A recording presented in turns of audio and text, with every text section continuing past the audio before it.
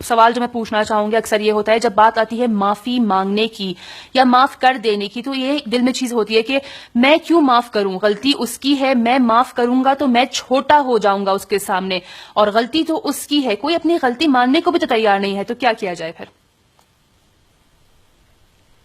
جی یہ بہت پیچیدہ سوال ہے واقعی اگر دیکھا جائے کہ کیوں انسان اپنی غلطی کو تسلیم نہیں کرتا۔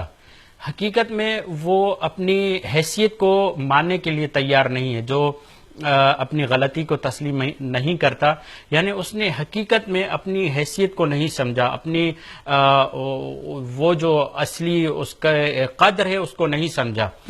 جبکہ ہمیں روایتوں میں اور بہت سارے ارشادات میں یہ رہنمائی ملتی ہے کہ عظیم اور بزرگوار انسان وہ ہے جو اپنی غلطیوں اور کوتاہیوں کی طرف دیکھتا ہے۔ آپ کو معلوم ہے کہ ائمہ علیہ السلام نے ہمیں پورا برنامہ دیا ہے کہ ہمارا چاہنے والا احتساب کرتا ہے اپنا، اور یہاں تک روایت دی گئی ہے کہ بستر پر جانے سے پہلے پہلے ہمارا چاہنے والا جو ہم میں سے ہے، السلمان منا اہل البیت کہنے والے، ان کو معصوم یہ فرماتے ہیں جو ہم میں سے وہ اپنا احتساب کرتا ہے کہ آیا میں نے کوئی غلطی تو نہیں کی۔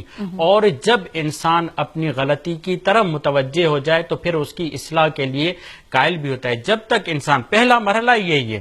امام علی نقی علیہ السلام کا یہاں پر ایک فرمان ہے، مولا فرماتے ہیں 3 چیزیں مومن کے لیے نعمت ہیں۔ سب سے پہلی نعمت یہ ہے کہ خداوند متعال کی طرف وہ متوجہ ہو۔ دوسری نعمت یہ ہے کہ کسی نصیحت کرنے والے کی نصیحت سنے۔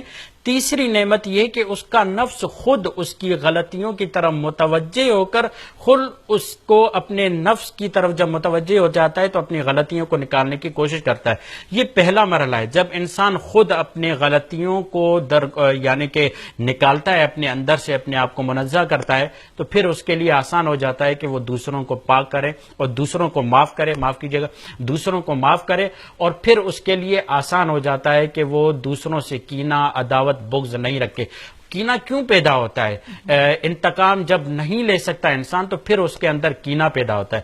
جب کینہ، قدورت، عدوت پیدا ہوتی ہے تو پھر حسد جنم لیتا ہے۔ پھر یہاں سے ایک شروعات ہو جاتی ہے اور پھر اس کے چین کی، سکون کی زندگی تباہ و برباد ہو جاتی ہے۔ یہ بالکل ایسی ہی مثال ہے کہ حسد کرنے والا انسان ایسا ہی ہے، یا کینہ رکھنے والا انسان یا دوسرے کو معاف نہ کرنے والا انسان ایسا ہی ہے جیسا کہ وہ خود آگ کھا رہا ہے مگر آگ کا احساس اسے نہیں ہے۔ بالکل اسی طریقے سے جیسے ہمارا جسم سن ہو جاتا ہے اور سن ہونے کے بعد آپریشن کیا جاتا ہے، کاٹا جاتا ہے، ہمیں احساس نہیں ہوتا، بالکل ابھی ایسے ہی ہے بغض رکھنے والا، عداوت رکھنے والا، حسد کرنے والا، دوسرے کو معاف نہ کرنے والا گویا کہ آگ کھا رہا ہے مگر اس کا اسے خود احساس نہیں ہے۔ بالکل ایسا ہی اندر سے ایک ہیجان جو ہے اس کا تلاطم بڑھتا جا رہا ہے۔ بالکل ایسے ہی ہے۔ دلشاد مہدوی صاحب، ہمیشہ کی طرح بہترین گفتگو رہی آپ کے ساتھ، آپ کا شکریہ ادا کرتے ہیں، بہت ہی بہترین انداز سے آپ نے ہمارے آج کے موضوع پر روشنی ڈالی۔